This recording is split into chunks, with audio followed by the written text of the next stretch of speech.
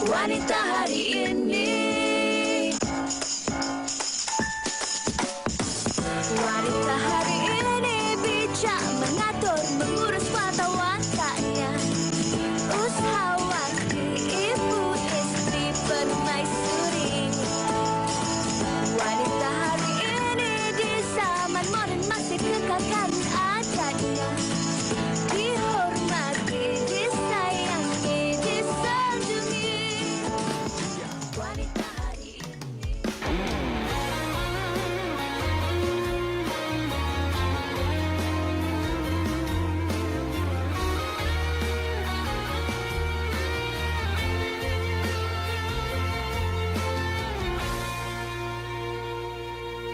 Ombak laut, angin bayu menemaniku di kala terkenang dirimu.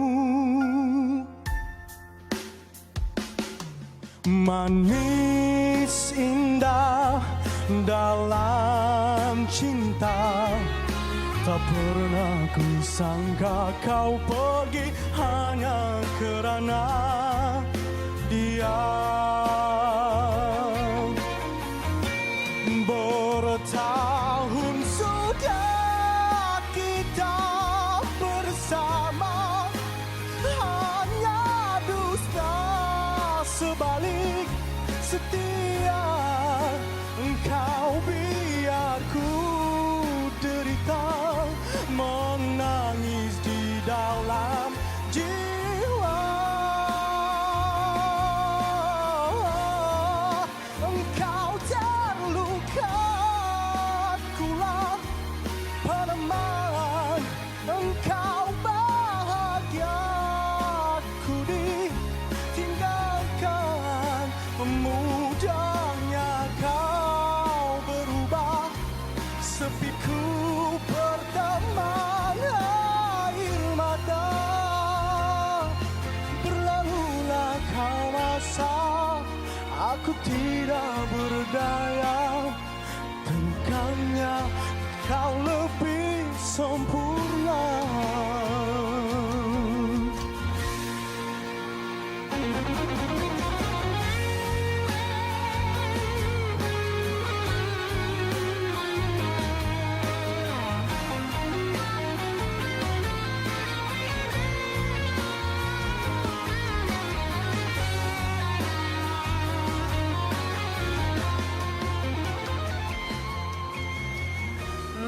Pembukaannya cukup bertenaga, persembahan daripada Yamani Abdillah yang akan bersama kita sekejap sahaja lagi dengan single terbaru beliau. Apapun anda di rumah, teruskan setia bersama kami sepanjang 1 jam ini, siaran 2 hari bulan Julai bersama saya Segita dan juga Fahrin Ahmad. Terima kasih kerana menjadikan Wanita hari ini sebagai pilihan tontonan tengah hari anda. Dan seperti biasa, Wanita hari ini akan bersama dengan anda untuk membawakan informasi dan juga hari ini satu topik yang boleh kita rasakan dapat dijadikan panduan untuk kita semua. Cukup menarik, jadi teruskan bersama dengan kami. Tapi pada hari ini, Sugi, saya nak mengajak semua bersama dengan kita pasal kebiasaan situasi ini akan dialami oleh semua, tidak kira lelaki ataupun perempuan. Situasi apa ni? Kena menjadi seorang menantu dan tanggungjawabnya.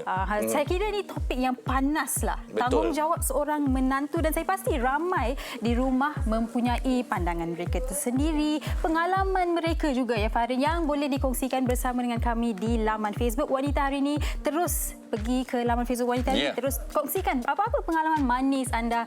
Kalau ada pengalaman yang pahit pun boleh kongsi juga. Alamak. Okey, tak apa, kami mengadu-adukan komen-komen dari anda sebenarnya. Okey, kenapa saya katakan ini cukup menarik? Kerana bila kita cakap pasal tanggungjawab menantu ni, Sugi, kadang-kadang ianya terpisah dengan satu garisan yang sangat halus. Kita tertanya, adakah ini dari sudut agamanya, moralnya ataupun budayanya, ataupun turun-temurun kita kata, oh, kita mesti hormat orang tua. Tapi di manakah mungkin ada batasnya, ataupun mungkinlah tanggungjawab yang mungkin kita terleka dan kita tak tahu, Sugi. Dan bercakap mengenai tanggungjawab seorang menantu ni, biasanya lah kan Farin, ada stereotip seperti menantu ni harus takut pada mak mertua mereka. Kali ini mungkin berbeza kerana tetamu kita akan menguraikan segala-galanya. Tapi antara yang menarik juga pada hari ini adalah satu segmen di mana kami akan kongsikan kepada anda yang bertudung aksesori DIY penyangkut ataupun untuk pelitup muka Emas, bagi ya, mereka betul. yang bertudung. Jadi pastikan anda terus bersama dengan kami dan juga kalau anda ada sebarang komen seperti mana Sugi katakan tadi, facebook.com/WHI TV3. Banyak yang ingin kami kongsikan bersama anda. Sekejap saja lagi kita berehat sebentar, kembali selepas ini. Wanita hari ini. Hari ini.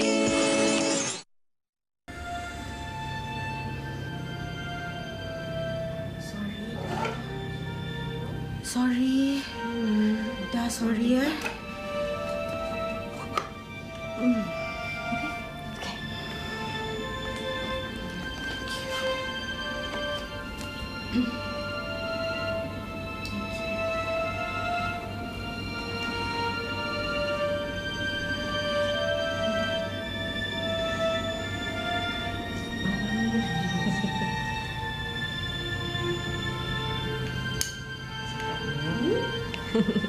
Tak panas sangat? Tak. Lapar. Boleh, sedap.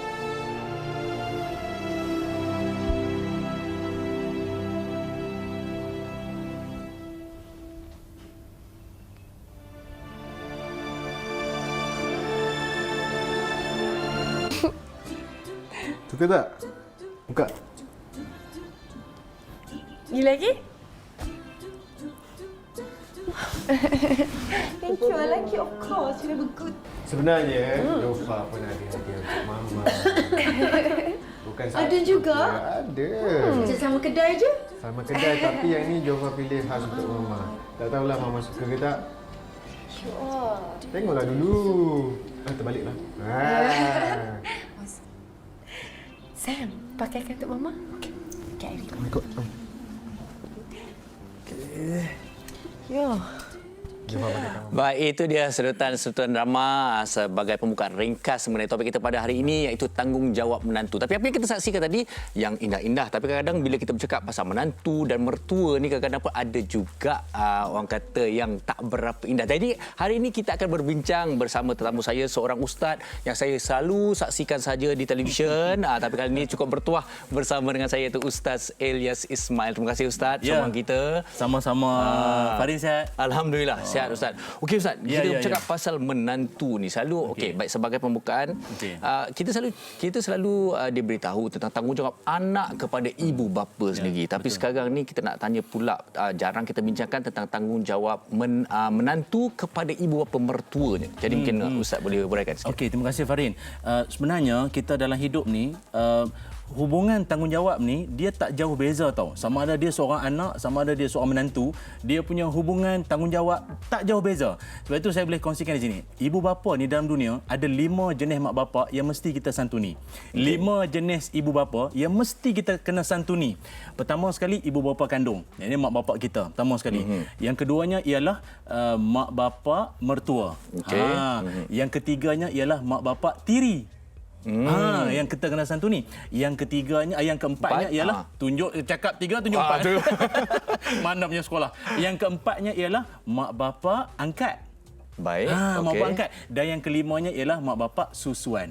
So dia ada 5 di sini mak bapa yang mesti kita kena berbuat baik, dan salah satu daripadanya yang kedua yang kita sebut tadi ialah mak bapa mertua. Jadi kita kena santuni, kena berbuat baik sebagaimana kalau dalam Quran sendiri pun dalam surah An-Nisa ayat 36, iaitu Allah Taala suruh dalam ranking kita kena berbuat baik tu salah satunya ialah mak bapa. Namun ulama bahaskan mak bapa tu juga termasuk mak bapa kepada isteri kita. Maknanya mak bapa mertua kita lah yang mesti kita kena santuni, maknanya jaga hati dia, sayangi dia. Macam kalau dalam klip yang kita tonton tadi tu, maknanya jaga Sakit dia. pun jaga kan. Itu tanda-tanda nak dapat tanah tu. Pergi shopping pun shopping sama. Wah, tadi kan. Betul kan.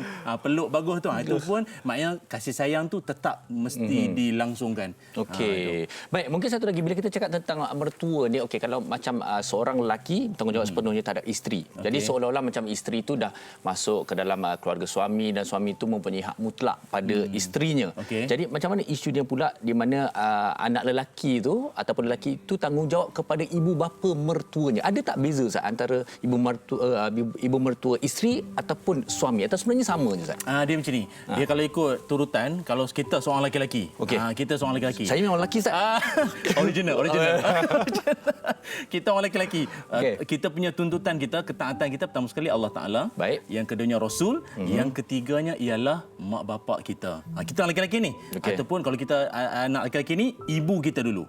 Okey, Ibu dulu. baik. Tapi berbeza dengan anak perempuan. Kalau perempuan bila dia dah berumah tangga, ketaatan dia Allah, Rasul, suami. Barulah mak bapak dia, kemudian dia punya dia punya mertua dia. Jadi maknanya dia ada beza kat situ sikit. Dari sudut turutan untuk hierarki dia dari sudut ketaatan dia, tapi dari sudut kasih sayang, menyantuni, menghormati, jaga perasaan, lebih kurang saja. Tapi maknanya kalau macam dia akan berlaku isu ni bila kes nak balik raya biasanya. Nak balik raya tak mana boleh. Ni suami ikut suami dulu apa. Dia ada satu teknik lah ada orang buat. Saya pun nak cuba buat juga ni. Dia kata tak apa, sayang jangan gaduh. Kita jangan tension. Tahun ni kita raya rumah mak abang dulu. Tahun depan kita raya rumah mak mertua awak pula. Maknanya rumah dia juga. Itu kalau dia lambat pick up tu, mesti dia tak tahu. Betul sign agreement tu. Sama dia balik rumah bapak dia juga kan. Jadi maknanya mak bapak kandung maupun mertua, kedua-duanya kena disantuni, kena dijaga dengan baik. Baik.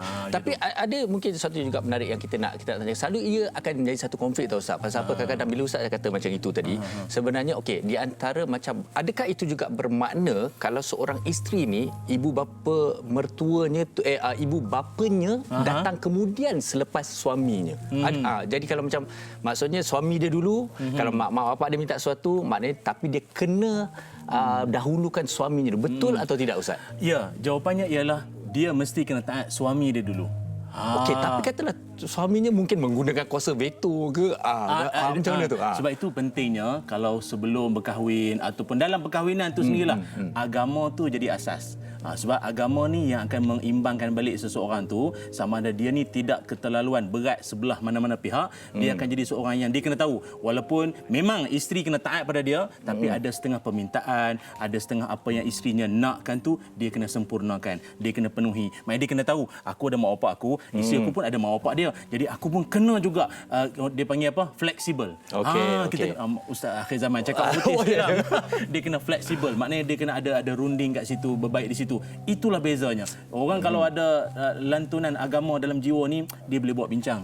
Dia macam Ramli cakap Ustaz, demokrasi terpimpin. Okey, tapi bagaimana pula Ustaz situasi kepada mungkin tanggungjawab menantu kepada ibu bapa mertua yang belum memeluk Islam? Mungkin perkahwinan yang perbezaan agama pada awalnya. Dia sebenarnya hubungan sesama manusia ni kok mana pun mesti kena jaga dengan baik. Walaupun kita pun ada pengalaman juga yang keluarga yang belum Islam ni, tapi kita tetap kena pergi ziarah, berbuat baik. Suami ni dia kena anggap bahawa walaupun kata dia berumah tangga dengan isterinya yang mungkin mertuanya itu belum Islam, kita kata ataupun yang non muslim, dia kena didik isteri dia supaya pergi, jangan terus putuskan hubungan, jangan macam tu. Sebab itu satu dakwah, pergi ziarah, kalau dengar kata sakit pergi bagi ubat. Kena ada hubungan situ. Cuma bezanya dari sudut kepercayaan, pegangan agama tu je. Yang lain-lain mesti kena berbuat baik. Kadang-kadang dengan itu saja mungkin boleh menjentik hati ibu mertua yang mungkin non muslim kita tu, terdetik hati menerima hidayah. Mana tahu. Jadi maknanya hubungan tu tetap kena jaga. Sebab ada satu hadis Nabi Muhammad SAW, Nabi ada bersabda, kata Nabi, orang mukmin yang bagus ni Farin, kata Nabi, yang yukhalitun nas wa yasbiru ala adahum. Nabi kata mukmin yang bagus ni adalah mukmin yang boleh bercampur dengan orang.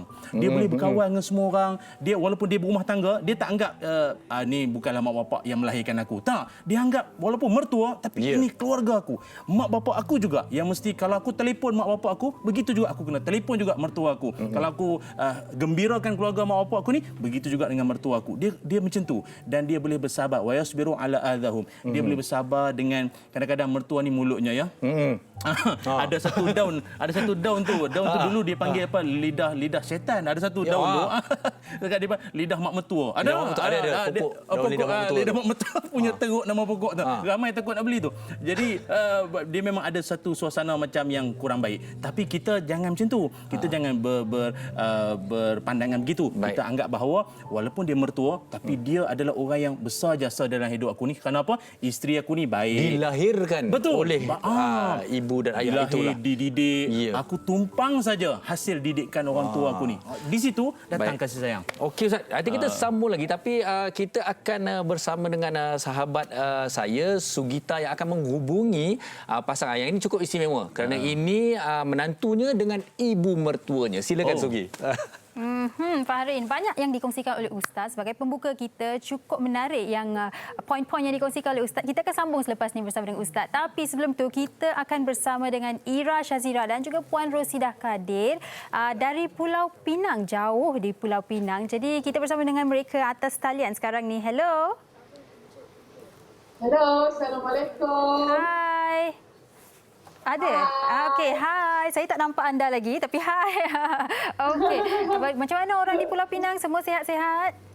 Alhamdulillah, sihat. Kebetulan saya dengan Pak Azad semalam baru sampai ke Pulau Pinang sebab ada kerja kat sini. Okey. Jadi dapatlah bersiaran dengan ibu mertua saya. Dari apa yang kita lihat sememangnya anda berdua nampak cukup akrab, rapat. Jadi nak tahulah juga dah berapa lama Ira duduk bersama dengan ibu mertua ke on and off je duduk dengan ibu mertua? Tak, saya tinggal di Kuala Lumpur. Sebenarnya tapi kan semalam saya baru sampai sebab saya ada kerja hari ni dekat Kulim dan Pulau Pinang. Jadi lepas habis kerja petang ni terus balik ke Kuala Lumpur. Okey, baiklah kita nak tanya Puan Rosidah juga. Kenapa Puan Rosidah diam sahaja? Puan Rosidah, Puan Rosidah ni pemalu. Anak dia je tak pemalu. Okey, topik kita hari ini tanggungjawab menantu. Tapi sebelum kita nak tanya Ira mengenai tanggungjawabnya sebagai seorang menantu, kita nak tanya Puan Rosidah, bagaimana anda berdua mengamalkan orang kata keharmonian dalam hubungan anda sebagai seorang menantu dan juga ibu mertua? Semalu Puan Rosidah. Tak. Macam inilah. Ira ni seorang yang simple person. She's a very simple person from beginning. Senang diajak bicara, itu dia. Sebab tu she's very loving person. Okey. Itu je. Okey, tak apa. Kita nak tanya Ira. Ira, bila kita bercakap mengenai perkahwinan, orang biasa kata bukan sahaja antara individu. Dua keluarga akan berkahwin dan bila bercakap pasal mak mertua ni, ada orang takut juga, especially yang perempuan kan. Tapi bagi Ira sendiri, bagaimana Ira mengambil hati ibu mertua Ira? Apa antara aktiviti yang Ira selalu lakukan bersama dengan Puan Rosidah? Okay, for your information, ibu Ira dah berapa 5-6 tahun dah meninggal. Jadi I'm very close. Ira sangat rapat dengan ibu mertua saya. Kalau orang tengok macam saya lebih rapat dengan mami. Yalah mungkin Azad orang lelaki kan. Dia pun dah umur dia masuk 50 tahun. Dia pun dah nikah. Jadi Ira yang lebih rapat dengan ibu mertua saya. So kalau macam kita orang balik pun sekali-sekala balik ke Penang. Jadi selalu biasalah kita bawa mami. Mami you nak makan apa? Kita tahu mami suka makan apa, restoran mana dia suka. And then sometimes kita bawa dia belilah bagi dia hadiah ke apa ke. And then sometimes kita buat surprise kat dia kalau birthday dia ke, kita all the way from Kuala Lumpur dengan anak-anak cucu-cucu mami dan kita akan datang. Dia tak tahu pun, kita tak cakap kita nak balik. Things like that lah. Kita suka buat surprise kat mami. Then because mami pun seorang kan dengan anak perempuan, adik ipar Ira je tinggal kat Pulau Pinang. Jadi kita orang memang selalu ulang-alik lah. Memang selalu balik Penang, Kuala Lumpur and kadang-kadang Ira pun dengan Azad selalu ada kerja, ada shooting dekat Pulau Pinang ni. So memang selalu kalau kami tak pulang, mami akan ke Kuala Lumpur. Macam itulah. Okey, jadi Ira memang tahu apa yang disukai oleh Puan Rosidah dan begitu juga ke Puan Rosidah tahu apa yang digemari oleh Ira, apa yang tidak disukai, begitu juga ke? Mami cakap dulu, apa yang Ira suka kan? Ira ni dia kan berdiet. Jadi makanan pun senanglah kalau kita masak apa semua dia makan. Okey. Semua dia makan.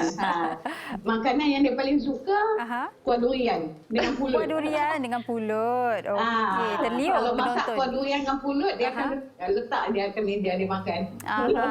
Tapi tidak pernah wujud situasi di mana anak-anak Puan Rosida mungkin sedikit cemburulah yang Puan Rosida lebih rapat dengan Ira berbanding dengan anak-anak ke? Pernah mengalami situasi begitu? Tak ada lah. Dalam keluarga dia tak ada yang cemburu. Okey. Dan bagi Ira biasanya kan bila sebagai seorang menantu, kadang-kadang ada yang mungkin rasa teragak-agak, tidak selesa. Bila ada situasi yang mungkin tidak menyenangkan, bila nak memberitahu sesuatu kepada ibu mertua. Daripada pengalaman Ira sendiri, bagaimana Ira dan Puan Rosida berkomunikasilah? Itulah macam Ira kata, Ira sebelum Ira kahwin dengan Azad pun, Ira dah rapat dengan Mami. Jadi dia dah macam ibu saya. Bagi saya tidak ada istilah kalau ibu mertua, tu ibu mertua.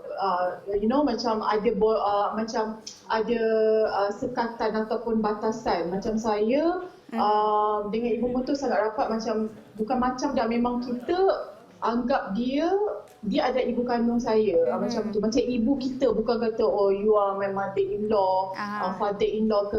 Same goes to Azad. Macam dia very close dengan adik-adik saya, adik ipar dia, dengan arwah mami saya dan juga abah, bapa mertua dia. Sama juga dengan Ira sangat rapat dengan adik ipar saya. Bukan saya saja rapat, malah saya punya adik-beradik dengan adik-beradik Azad pun sangat rapat. Jadi Alhamdulillah saya dikurniakan ibu mertua, ipar duai yang kita tidak ada rasa macam tidak selesa ataupun awkward. Macam itu ipar duai tidak. We are family. Dia ibu saya. Kalau ada apa-apa, kita suka berterus terang. Sama juga dengan Mami. Sebab in fact Azad pun kalau ada apa-apa, you tell mom lah, you cakap dengan Mami, you discuss dengan mom, macam tu. Jadi apa-apa memang Ira dengan Mami very close. In fact adik-beradik saya pun kalau yang baru melahirkan ke, contoh adik Ira, adik pun Ira baru melahirkan, dia akan call Mami, tanya May, minta advice segala macam. So adik-adik saya sendiri pun rapat dengan ibu mertua saya. Jadi memang sweet, anda berdua memang rapat, dan kami memang berdoa supaya hubungan anda berdua berterusan sebegini. Tapi sebelum kita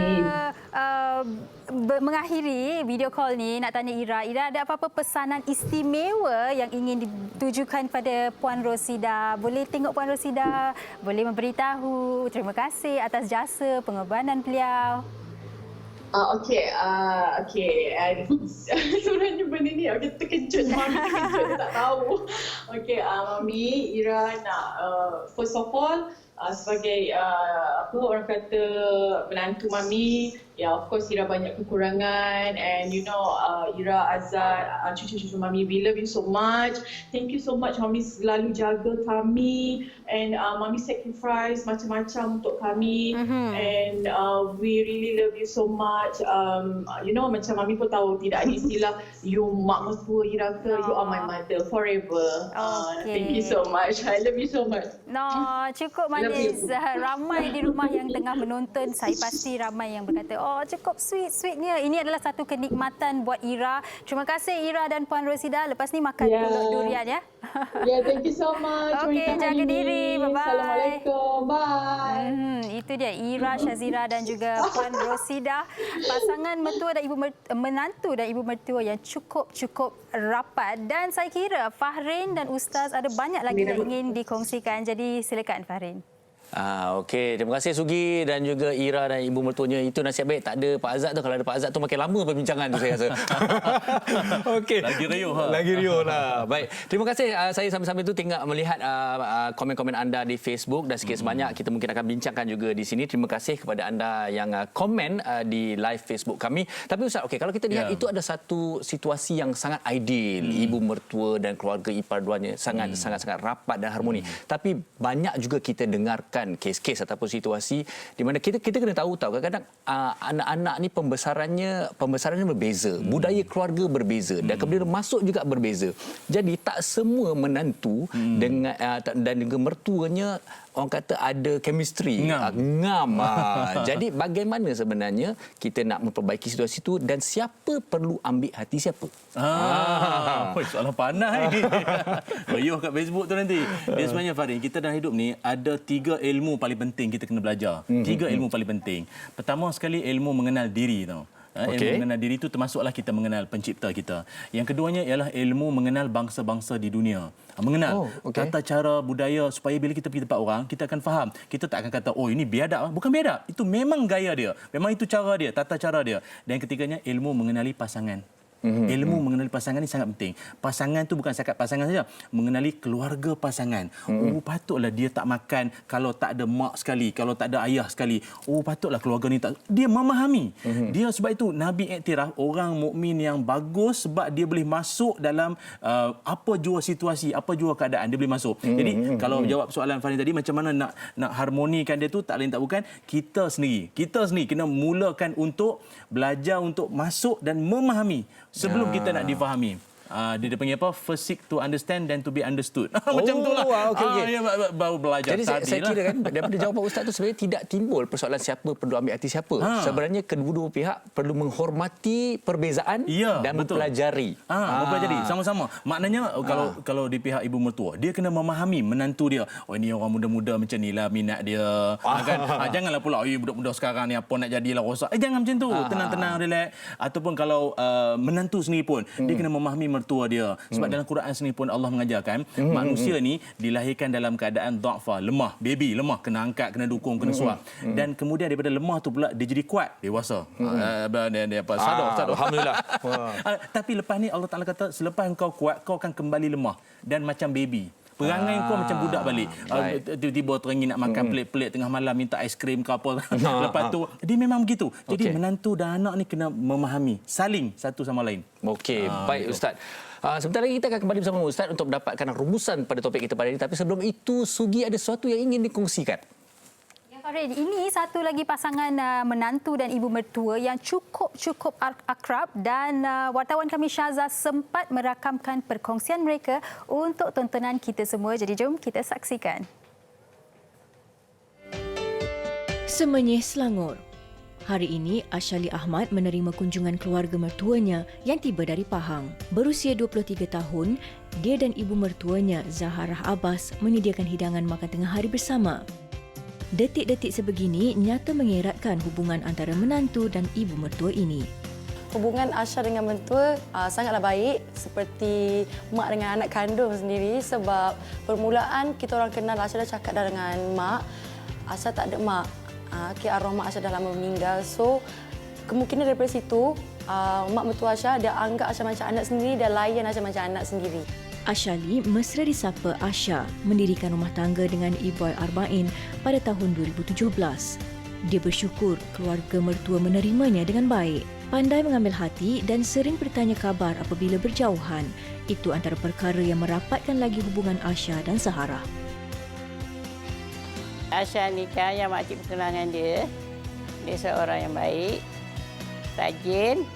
Kira kalau dia balik kampung tu kita buat kerja sama-sama lah dengan adik-adik beradik yang lain tu. Asha ni kan dia seorang anak yang baik. Lepas tu dia anak yatim piatu. Kira makcik ni anggap dia tu macam anak makcik sendiri. Ibu kepada dua orang cahaya mata ini sering melakukan aktiviti bersama dengan mertuanya untuk mengekalkan keakraban dan kemesraan antara mereka. Lepak dengan diorang, selalu bawa diorang berjalan sebab ialah orang tua ni mereka dah tak nak duduk rumah. Okay? Mereka akan jadi, mereka kalau tak boleh tak buat apa-apa. Mereka nak ada something activity. So that's why bila mak dia datang ke KL, kita akan bawa dia berjalan. Kalau ke kampung pula, kita akan adalah aktiviti pergi berjalan-jalan sesi di kampung tu. Dan kita akan pergi shopping, pergi makan, selalunya pergi mall. Saya dengan mak selalu pergi mall sebab kita orang rasa itu je cara kita orang boleh berjalan sebab mak tak larat nak berjalan dah. Saya pula tak boleh tengok orang tua berjalan sikit-sikit macam tu. And then sometimes saya pun terfikir juga ambilkan wheelchair lah untuk mak. Janji mak selesa berjalan time tu. Terdapat pelbagai cara untuk menzahirkan penghargaan buat kedua orang tua. Bagi Asha dan suami, sebuah kereta mewah dihadiahkan kepada mereka sebagai tanda terima kasih atas segala jasa dan pengorbanan. Dia orang hadiahkan kan. Alhamdulillah lah. Itulah yang makcik sedih tu.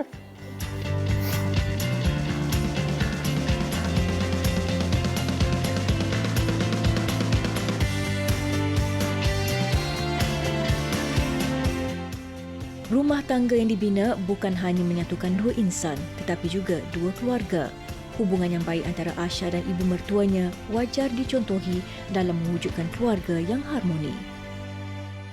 Baik, itu dia satu kisah yang cukup menarik. Sambil tu ada satu ringkas saja komen dalam ni. Nak menantu, saya tak nak sebut namanya, nak menantu sayang, mertua mesti penyayang. Tapi tak boleh juga. Menantu pun kena dia penyayang juga, baru mak mertua sayang. Okey Ustaz, seperti mana yang dijanjikan, kita dah sampai ke penghujung perbincangan kita ini, tanggungjawab menantu. Jadi mungkin Ustaz boleh beri pesanan dan nasihat air ringkas kepada penonton-penonton wanita hari ini. Dalam agama sendiri pun mengajarkan supaya dalam hidup kita mesti belajar memahami dulu, barulah kita akan difahami. Maknanya seorang menantu dia mesti memahami dulu mak dia ataupun bapa mertua dia ni, apa minat dia, apa benda do and don'ts lah lebih kurang. Dia faham, oh tak suka gini, dan cuba absorb. Okey, dan begitu juga mertua juga kena memahami menantu dia. Oh menantu dia jenis suka kadang tu melayan tengok TV ke apa, tapi masuk waktu sembahyang dia tak lupa. Dia kena memahami yang itu. Jangan kalau kata ini budak-budak sekarang ni dah hanyut ke apa. Jangan begitu. Memahami dan difahami itu penting. Kunci dia. Yang keduanya saya fikir untuk harmonikan antara menantu dan mertua ni ialah tak lain tak bukan mesti kena ada unsur dia panggil servis tau. Kena ada saling khidmat satu sama lain. Menarik ni. Khidmat. Sekali-sekala menantu masak untuk mertua. Air tangan menantu. Sekali-sekala mertua pula masak untuk menantu pula. Saling kat situ. Ataupun dua-dua sekali masak. Dia masak ni bukan kerana soal makanan menu tu tidak. Tapi sambil potong bawang, membawang. Sambil potong cili, mencili ke apa. Tak tahu sembang-sembang. Dia ada apa, bukan soal nak makan sangat. Tapi momen tu yang tu yang mahal. Dua. Yang ketiganya saya fikir mungkin ada unsur surprise. Cuba buat benda tu. Cuba buat surprise. Surprise tak semestinya hadiah. Mungkin tak semestinya hadiah. Mungkin kalau ada bajet sikit bolehlah tiba-tiba beli sejadah apa tu yang lembut untuk mak semayang ke apa. Tak kisah. Ataupun surprise ni mungkin saya sekala buat kejutan yang mungkin mak tak pernah sangka ataupun bapa mentua tak pernah sangka. Boleh buat benda tu. Dia kenapa saya cakap begini? Dalam rumah tangga mesti kena ada benda tu. Dia bagaikan bateri, kena cas balik. Cinta kita ni dia macam tu. Dia ada naik turun. Macam suami isteri, hubungan keluarga pun sama. Kalau paling ringkas, paling senang sekali, telefon jangan pernah lupa. Telefon, doakan. Telefon, doakan. Telefon, doakan. Lentur hati orang tua kita. Selalu buat macam tu. Walaupun kadang dia nak marah kita. Lama sangat telefon apa. Jadi kita tenang-tenang. Doakan mak, doakan ayah. Semoga ayah sihat. Dia sejuk balik. Doa dia sejuk balik. Itu je. InsyaAllah hubungan akan jadi harmoni. Cantik. Satu rumusan yang ringkas, sepadat tapi boleh dijadikan panduan untuk kita semua. Sekali lagi kita ucapkan terima kasih kepada Ustaz Elias Ismail kerana bersama dengan kita di Wanita hari ini. Ingat, tanggungjawab menantu ibu bapa mertua seperti mak ayah kita sendiri. Baik, kita berehat seketika, jangan ke mana-mana. Kita kembali lagi selepas ini. Wanita hari ini. Baik, kembali lagi di awal. Tadi kita dah janjikan sesuatu yang istimewa, DIY ingin dikongsikan oleh Sugi. Okey, Sugi, kita nak buat apa ni? Kalau Farid tengok atas meja ni, Farid rasa apa yang saya nak buat? Boleh agak-agak Okey, tak? saya nampak ada butang, ada getah, dan juga ada pelitup muka, gunting dan juga jarum benang. Itu saya pun nampak, Okey. Farid. Tapi itulah, hari ini kita nak DIY, Farid. Aksesori untuk penutup hidung dan muka. Basically mask lah kan. Sebab sekarang ni mask bukan sahaja keperluan, dah jadi aksesori. Betul. Ada banyak guna mask yang bling-bling lah, berbagai-bagai. Tapi ada orang ada masalah bila nak pakai mask. Dia sebenarnya saya faham selalu yang menghadapi masalah untuk memakai pelitup muka ni ialah mereka yang bertudung. Jadi bila bertudung tu nak sangkut kat telinganya dah tertutup. Jadi dia mereka memerlukan aksesori tambahan untuk memastikan pelitup muka tu lekat lah. Ya, bukan setakat bukan extension setakat lah, extension. Betul. Tapi bukan setakat yang pakai tudung je Farid. Kadang-kadang anak-anak kecil pun kalau dah pakai lama sangat sakit, so mereka nak sesuatu yang lebih selesa, ini dia solusi untuk anda. Okey. Kita ambil ni getah elastik ni yang biasa kita beli kalau nak cari seluar ke apa. Kalau yang nipis pun boleh, yang tebal pun boleh. Yang tebal yang macam ni lah. Beli barulah jangan ambil yang seluar lama punya. Kalau Farid mungkin dia cabut dari seluar lama dia lah. Okey, jadi kita ukur Farid ikut kesesuaian lah. Kalau besar, kepala besar sikit, ambil lah panjang kepala sikit. besar bukan besar kepala. Betul. Kena ukur. Kadang-kadang kita takut dia loose ke apa, mungkin boleh diukurkan dari depan. Dan sambil-sambil Sugi buat tu. Okey, jadi ukur. Lah, ya? Jadi juga dengan pelitup muka ni, jadi kita tahu ukuran yang paling sesuai untuk kita. Okey, lepas tu dah potong band elastik tu, kita jahit butang. Butang tu pilihlah butang ikut kesesuaian. Yang nak cantik-cantik, ambillah butang cantik-cantik. Ni butang warna pink ni, saya letak dekat tepi. Lepas tu senang je, kita masukkan di hujung-hujungnya. Dekat dalam, dekat hujung tu. Okey. Lepas tu kita jahit je butang tu. Dan Fahrin, kalau mereka kat rumah yang nak lebih cantik lah orang kata kan, boleh lipat tepi dia, biar macam ni, lipat, letak jarum peniti, lepas tu boleh jahit. Lagi kemas lah, lagi cantik, lagi kemas. Saya kira mungkin ini juga boleh divariasikan. Kalau apa yang saya tunjukkan sekarang ni, kalau kita lihat mungkin saiz-saiznya juga berbeza, getah nak yang tebal ke, nak yang nipis ke, dan juga saya kira butang-butang ni juga boleh dipelbagaikan. Mungkin kalau kita nak kasih kelas sikit, taruh Swarovski. Wow. Kan betul kan? Saya tak mampulah bila Swarovski. selit kat belakang tu bling-bling kan. Tapi mungkin ada juga kat rumah yang tertanya, kalau saya guna gam yang kuat tu boleh tak? Betul juga. Saya tak syorkan sebab bila kita tarik, benda tu mungkin terputus. Kalau gam tu tak kuat sangat, terputus, habislah. Saya percaya sebenarnya ramai penonton-penonton kita pada hari ini mempunyai pelbagai idea yang berbeza. Tapi ini adalah satu cara yang orang kata cukup ringkas. Dan mungkin ada yang saya lihat di luar sana pakai pencangkuk plastik pun ada. Nasib baik dia tak guna sepit baju, Sugi. Kalau lah memang dah tak ada apa-apa, guna paper clip pun boleh, Farid. Boleh Ya, boleh paper clip dengan getah kat getah kat dapur tu. Okey, ni dah siap kita jahit butang dekat dua-dua belah. Jadi kita perlukan model, bukan Fahrin Ahmad. Kita nak jemput model daripada tim WHI kita, Syifa. Okey, silakan. Syifa memang dah bertudung orangnya dan saya pasti itu antara masalah-masalah selalu dihadapi oleh Syifa. Kita ada banyak pilihan di sini. Syifa nak pilih yang mana satu? Besar. Yang besar. Okey. Jadi kita masukkan je macam ni. Lepas tu Syifa nak pakai ataupun sendiri? Selalu orang bertudung ni pakai macam mana? Dengan adanya benda. Mungkin Syifa boleh tunjuk. Okey, mungkin Syifa boleh pusing tunjukkan pada para penonton. Boleh. Nak tolong? Okey, sebelah dan sebelah dah sangkut. Okey, nampak tu senang je pakai. Bila nak buka pun senang saja kan? Okey. Kemas. Terletak. Maksudnya kena ambil saiz yang lebih besar. Okey, jadi tu ada satu lagi. Okey, Syifa boleh tunjukkan sekali lagi. Baik. Jadi dengan adanya pelitup muka ni, dia akan menjadi yang lebih mudah dan orang kata lebih stylish lah. Kadang-kadang pelik pula saya tengok orang pakai yang cangkuk plastik kat belakang tu. Memang dia ada banyak, tapi yang ini saya kira lebih fashionable, lebih stylish. Tapi inilah, tengok dah siap. Ni kemas, cantik, terletak ikut kesesuaian. Cuba Syifa pusing ke depan sikit. Okey, kalau pandangan sisi mungkin kalau kita tengok kan dia butang. Sangat kemas. Dan kemudian kalau katalah kita sementara nak buka tu mudah juga ke? Tolak je ke dalam. Cuba Syifa tunjuk bila nak buka terus emas tu. Cabut. Cepat dan senang. Okey. Cepat, senang. Baik, jadi kami harapkan pada hari ini orang kata aksesori pelitup muka ataupun mulut dan hidung ini menjadi satu idea ataupun inspirasi terbaru bagi anda. Saya kira kalau mana tak kerja tu boleh cari getah, cari sebagainya dan inilah cukup mudah kepada anda semua. Mungkin Sugi pun kalau tak bertudung pun boleh Sugi. Boleh sebenarnya. Saja nak stylekan. Macam saya cakap Swarovski sebiji kat belakang. Saya Swarovski tak mampu. Butang macam ni je saya mampu, Fahrin. Dan kalau nak buat banyak-banyak boleh tengok matching dengan baju. Butang biru, baju pun. Baik. Okey, terima kasih sekali lagi kepada Syifa dan kepada anda di rumah. Selamat mencuba. Tapi kita berehat seketika, kembali lagi selepas ini. Wanita hari ini.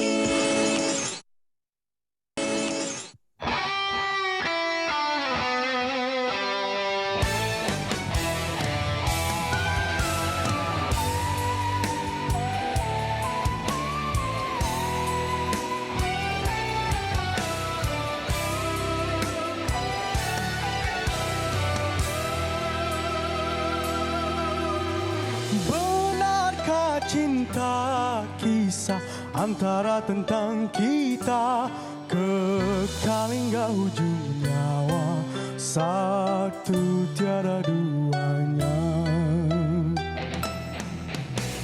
Cinta setia di dalam jiwa, asmara tentang cinta kita, satu dalam berjuta. Apakah cinta?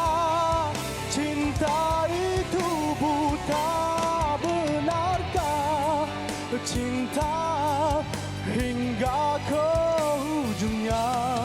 Kau dan aku sama, pasti akan tiba masanya bersama.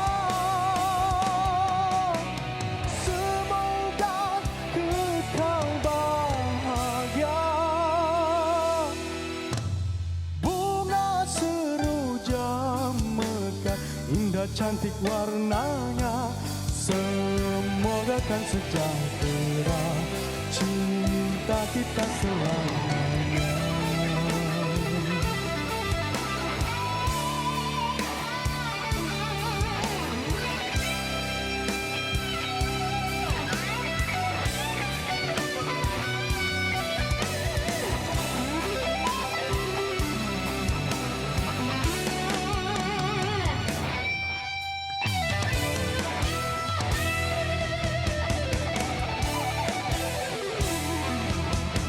Apakah cinta?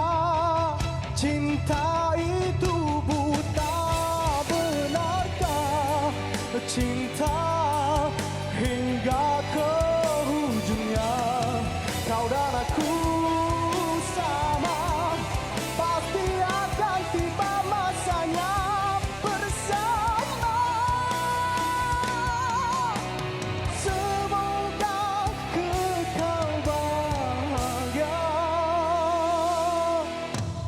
Benarkah cinta kisah antara tentang kita, kekal hingga ujungnya, satu tiada duanya. Bunga seroja mekar, indah cantik warnanya, semoga kan sejahtera cinta kita selamanya.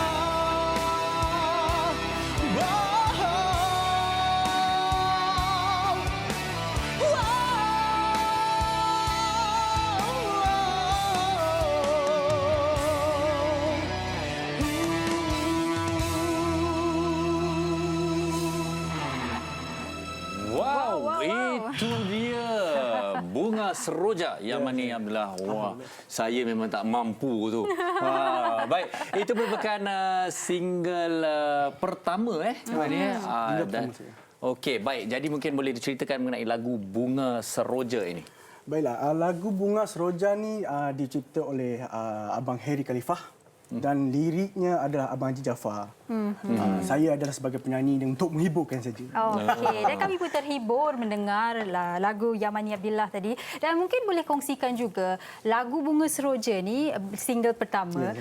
Seroja tu lagu ada before this ada lagu Ayah yang bertajuk Seroja. Adakah Bunga Seroja ni mengambil inspirasi dari lagu itu atau bagaimana? Oh tidak, lagu Bunga Seroja ni sebab dia ibaratkan cerita mengisahkan tentang sebab apa ni?